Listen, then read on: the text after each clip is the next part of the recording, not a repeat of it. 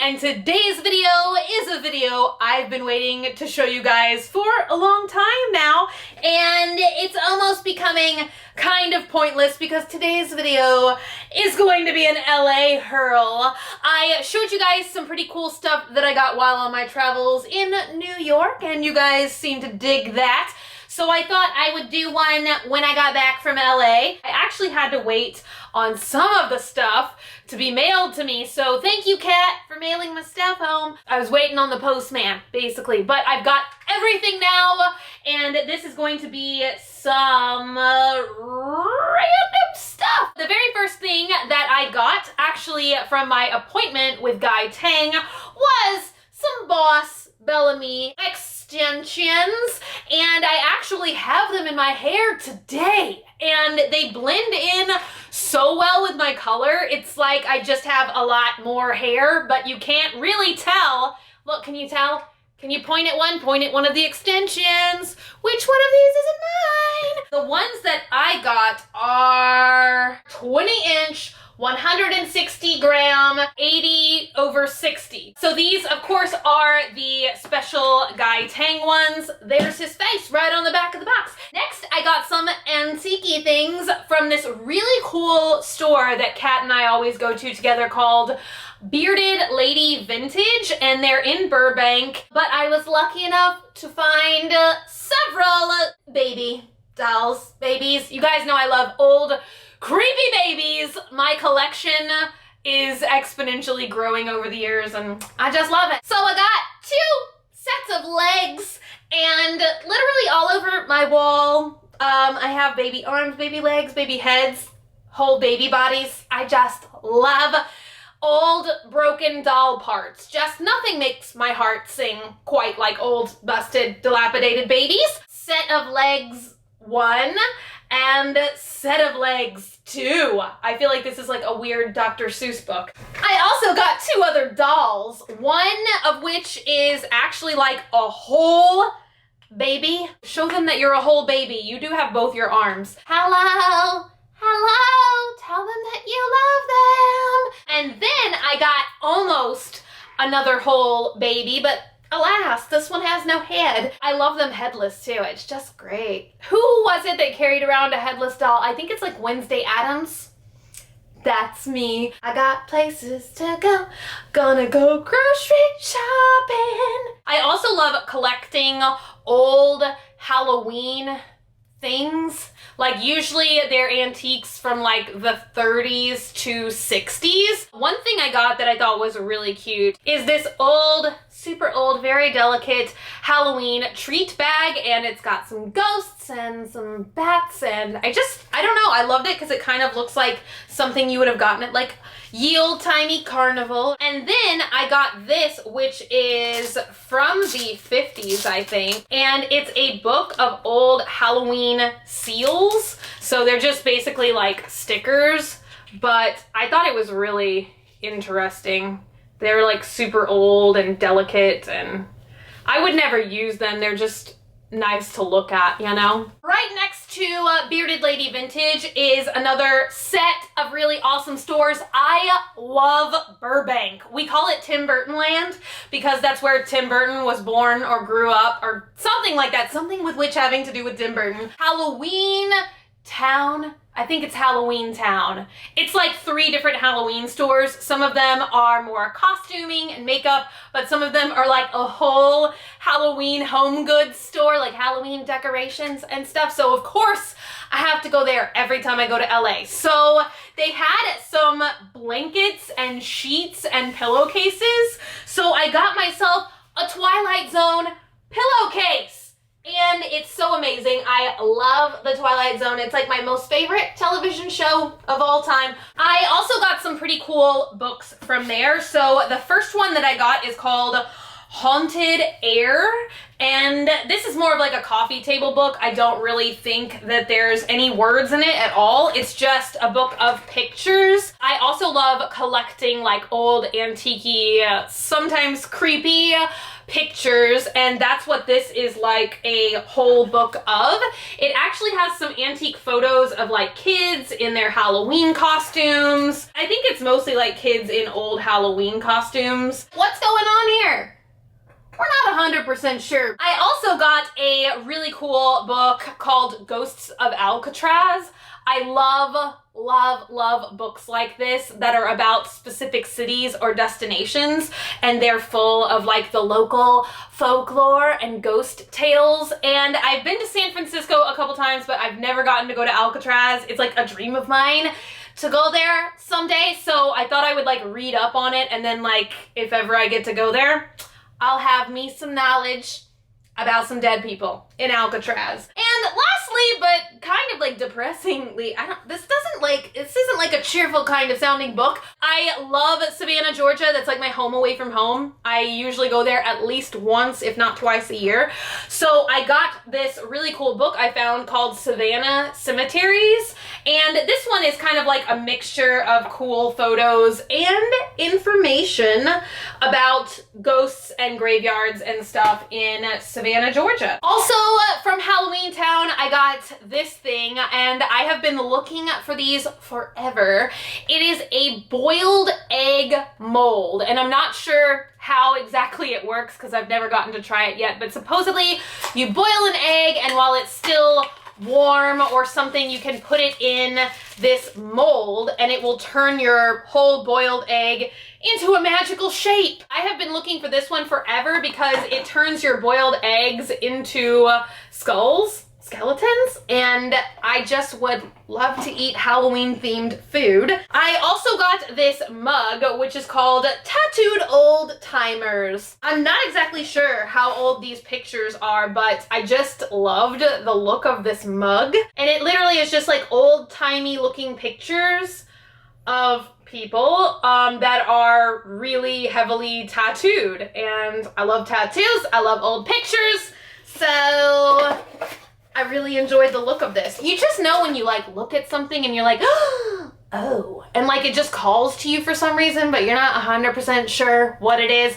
That was this for me. Two more things from Halloween Town is another Twilight Zone themed thing from one of my favorite episodes ever, which is the episode about the Mystic Seer. It actually has William Shatner in it when he was like a baby. I think like pre-Captain Kirk days. These are just regular old glasses that you can drink anything out of with the Mystic Seer on the front. It's basically like a fortune-telling machine, and then the back says the Twilight Zone, but you can't see that too well right now because there's no beverages inside of it. I almost think that these like change color. Oh yeah, okay, they do. They do change color when you add a cold drink in them. So one day I'll have to drink out of this with a cold drink, show you guys what happens. And then lastly from there, I got a card game, which just looked too awesome to pass up. It's called Mystery Rummy, but it's an Edgar Allan Poe themed game based on the murders in Rue Morgue. And I'm not exactly sure. I swear I bought one of these games just like this last year, except for it was Jack the Ripper themed instead of Edgar Allan Poe. It's like a 2-card deck set here, and it's like a card game based on Edgar Allan Poe. I don't know, Dogman and I love different kinds of games, so I saw this. It can be like a 2-player game, so I was like, ooh, play Edgar Allan Poe Rummy with me. The next pile of stuff that I got from this place, I know I'm gonna mispronounce it, but it's called like Daiso.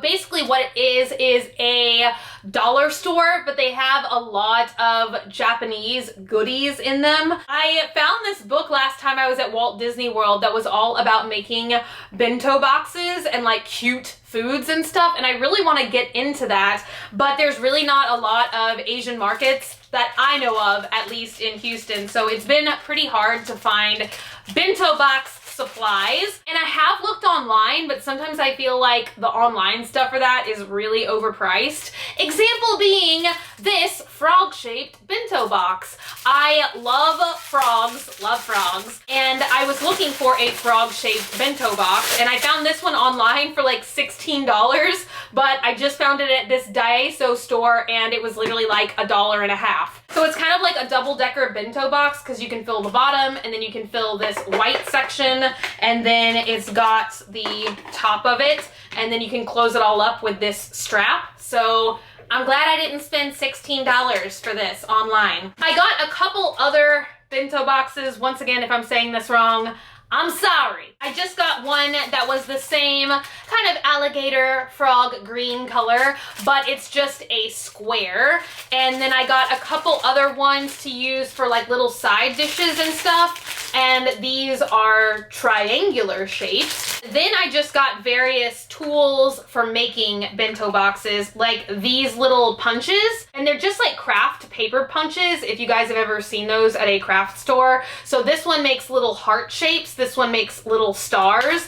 And I believe you're supposed to use seaweed paper for this. So you guys can see an example on the top. You can just decorate rice or other foods with these little shapes. I got two other punches that can make faces, like eyes and a mouth, and I've seen these same eyes and mouth used in tons of different ways, like animals, people, whatever. I got two different expressions, if you will, punches, like a big open mouth smile, and then this one is like a winking face. I also got a couple different types of picks. They're more like skewers, but you can like put different grapes or different fruits or whatever. So I got a set of these tall picks.